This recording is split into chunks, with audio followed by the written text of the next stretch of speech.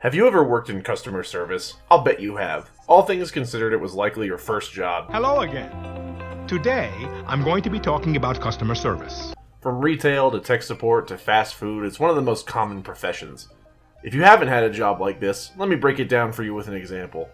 I once worked as a customer service associate on the phones for a utility company, and my workday agenda was, essentially, just being yelled at by boomers for 8 hours straight. I hated that shit. So why, then, would I enjoy a game that simulates this very scenario? Well, you see, this game's got goblins in it. Fuck you, Spider-Man! This game's premise is simple. You've been hired for the Home Safety Hotline, and it's your first day on the job. Your tasks are simple. You boot up your 90s-looking OS and start answering the phones. You're guided through this process by Carol, your manager. Welcome to Home Safety Hotline, new employee. My name is Carol, and I'll be acting as your supervisor during your time here at HSH. Before you begin your first day here, let me tell you a bit about how things work here. You are an HSH responder. As such, it is your job to learn about various household hazards so you can answer the questions of our callers intelligently. When a client calls, answer the call and listen carefully to their concerns. When you've diagnosed their issue, submit the corresponding household hazard, and we'll forward them safety instructions to address their problem. Welcome to the HSH family. I'm sure we'll talk again soon. You take customer calls, diagnose their problems, and then you send them an information packet. Very straightforward, cuts right to the chase. This game is listed as a puzzle horror game on Wikipedia, and on Steam as a point-and-click simulation horror game. I think that those labels are just about appropriate. The main gameplay loop is that you take a customer's call, put them on hold, and look through your encyclopedia to find the correct answer to their problem. The problems start simply enough at first: black mold, rats, bees, and more mundane things. These are very easy to diagnose and get you in the flow very quickly. The game will let you know if you answered incorrectly with a returning phone call from the customer. We'll get to the game's fail state in a later section. After a few rookie diagnoses with insects and mice, that's when the fucko shit begins.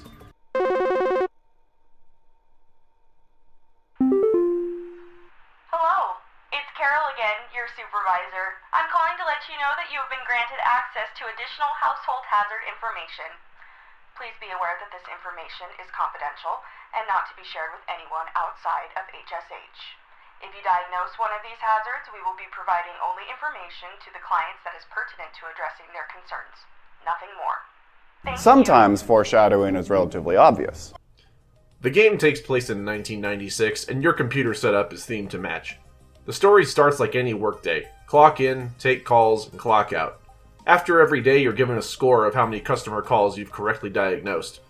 As mentioned before, everything begins in a pretty straightforward way, but after forwarding information about pest control or the fire department a few times, a few new things appear in your encyclopedia starting on the third day. One of the first that jumps out is the common hob. One look at this guy and you know that shit has taken a pivot. They help clean your house and you need to leave out a bowl of cream every night. Quite the departure from, I have a bit of a termite problem. From here, shit keeps getting more and more nutty. The game is really short, about 2 hours or so I won't spoil too much, but I'm gonna do a lightning round of some of my favorite entries. The humble common hob. The string bowl of cream has gone into my head rent-free ever since I played this game. Bed teeth. A fungus that grows on your bed sheets that can be jagged and poke you. Semi-realistic, less out there than other things in the game. Stair slug. Just look at this guy. Peak performance. Cellar grotto. An entire magical realm that forms in your basement that must be cleared by way of doing a fucking quest. And gopher. Gopher. Aside from the common hob, there are a few other types of hob to read up on, such as pipe hobs who eat clumps of hair, fracture hobs who eat slices of cheese, desk hobs who eat breadcrumbs, and even a toilet hob who eat eggs. And also, don't you dare fucking say it.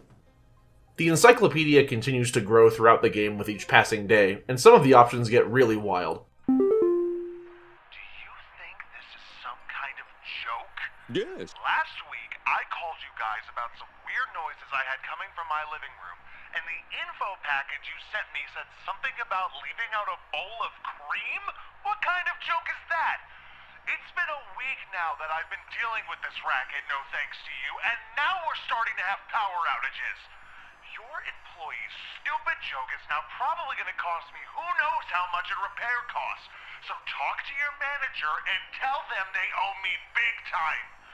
You figure out what's going on in my house, and you figure it out now! Listen, that is just not going to work for me. I'm not interested in that at all, and I would appreciate it if you don't call here anymore. There's one call in particular that just absolutely breaks my heart. If you play this game, you'll know it when you get to it. While you're answering the phones, you'll occasionally find the network going down, and you'll be without your encyclopedia. The game gives you plenty of time to study, and there's no time limit when you're working on a call, but these outages encourage you to really brush up on your stuff. I'm sure if you know your way around a ring of mushrooms, you're probably already jumping up and down and pointing at the screen with the knowledge of some of these entries. This game takes a lot of its catalog from Fey myth, which stems from multiple European cultures such as Celtic and Slavic folklore. In a number of these cultures, the home is a recurring place and often holds great importance.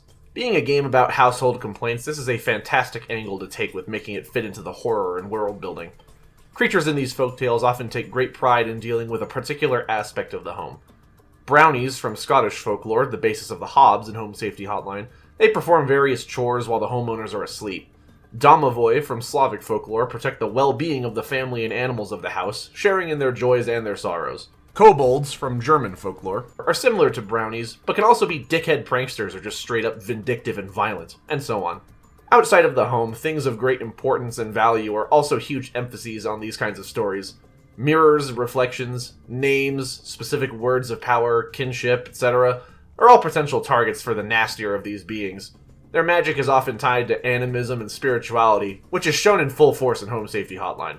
If you don't answer enough of the customer phone calls correctly, you might find yourself falling victim to such unseelie forces.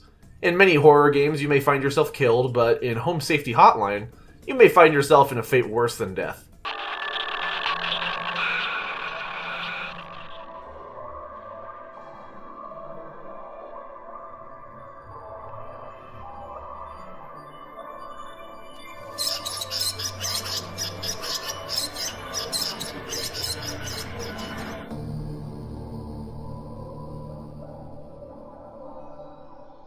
I will talk kind of about the final stretch of the game and its ending here, so if you don't want spoilers, go to this timestamp. I'll give you a second. So after you've diagnosed a bunch of bizarre fairy tale shit, everything comes full circle when you're approached for a potential promotion. You're greeted on the phone line by your supervisors, the druids, and are asked a series of riddles. You answer these just like any of the calls, but you're unable to reference any of your previous materials. It's kind of like having a network outage. By the end of the trials, you won't know your success until the very end, so you can still find yourself being turned into a mouse if you aren't careful. This is one criticism I have of the game, being that the game over state is always the same. I wish that, at least here, you could have like a bad ending that wasn't just the mouse route. If you succeed, however, Carol gives you that promotion and you join the Fey Circle as the junior supervisor of Home Safety Hotline.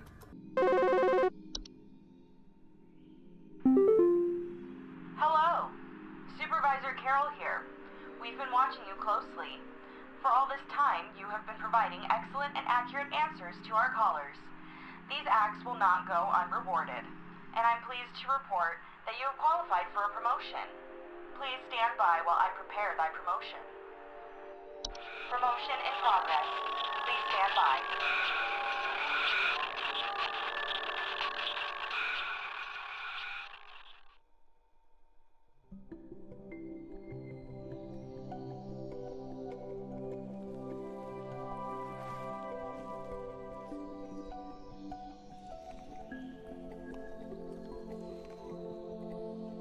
Please, be not afraid. Come close.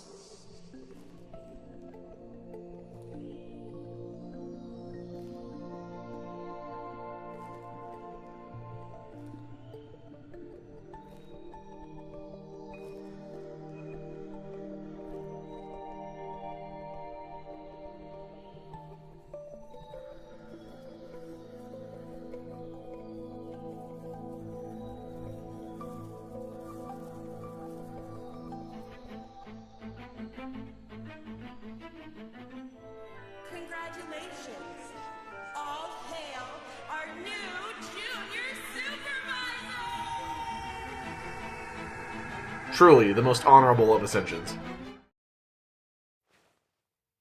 Enjoy opening that gift. Okay, bro.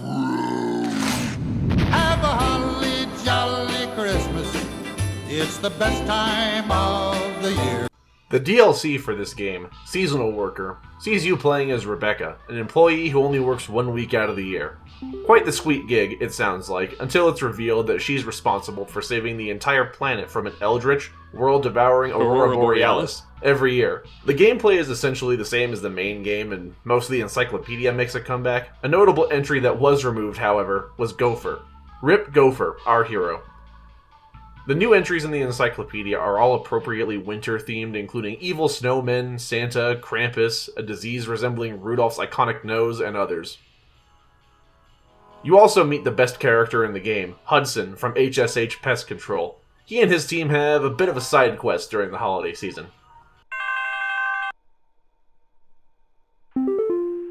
Hudson here, HSH Pest Control. Listen up. The Mouse King is loose, and it's our understanding he means to stir up trouble of the Yuletide variety. My boys are working around the clock to find him and stop him in his tracks before things get too hairy, but sometimes things slip through the cracks. Little things, if you get my meaning. If you hear anything strange, let us know as soon as you can. There's new data coming your way, read it carefully. Keep those eyes peeled. Hudson out. The DLC lasts from the 21st of December through Christmas Day. Instead of maintaining accuracy in the traditional sense, you have to maintain a cheer meter that stays topped up by giving correct answers. It functions the same, but it's got a more holiday-appropriate coat of paint on it. This only took me about an hour to beat, but hell, if you consider the length of the main game by itself, that's about half or a third of the length of the original, so it's just more game to play. Sounds like a win to me. Home Safety Hotline is actually a pretty recent game, coming out in January of 2024. I didn't hear about it until September or so, when a buddy of mine was playing it and I asked him what it was. We gathered around in the share screen function on PS5 and tried to help him diagnose calls. It really got me wanting to check it out for myself, and I'm absolutely glad that I did, because this shit is awesome.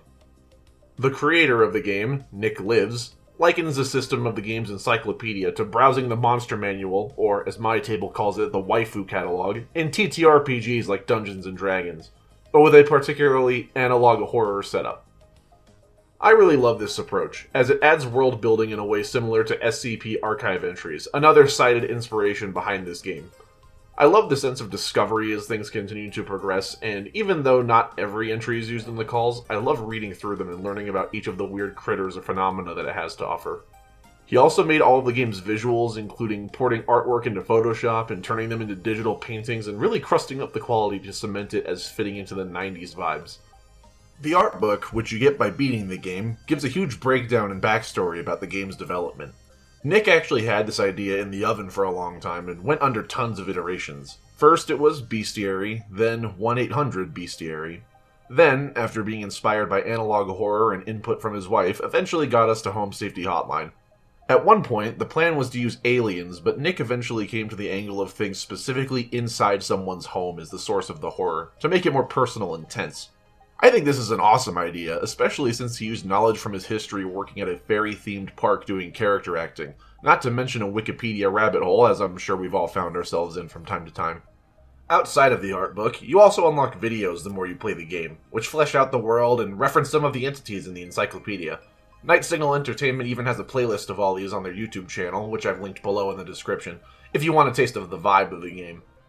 You see, the scariest part about this game isn't the goblins, but a 2-bedroom, 3-bathroom house being $93,000 in 1995, and the realization that the housing market is fucked in 2024. I mentioned it earlier in the video, but this game is only about 2 to 3 hours long, not counting the holiday DLC, so I 100% recommend this and consider it worth your time. A lot of stuff fits in those hours. I hope that a sequel or successor of some kind gets made. This is coming out at the tail end of December, so I'm hoping that you all had a great holiday season and have a happy new year. I was planning on this year being a bigger project, but you'll have to wait till next December for me to get to it. I still need to finish Devil May Cry and Bayonetta so I can make the proper jokes about the game I want to cover. That's all the hint I want to give right now. As for everything else, I do plan to be more consistent. My goal is to stream more and have videos out once a month. I work full-time, so it's a bit hard to get things out super quickly, but I'm gonna try my best. Anyways, thanks a lot for stopping by. If you liked the video, hit the thumbs up, subscribe if you want, share with your friends, comment, all that good stuff. See you next year.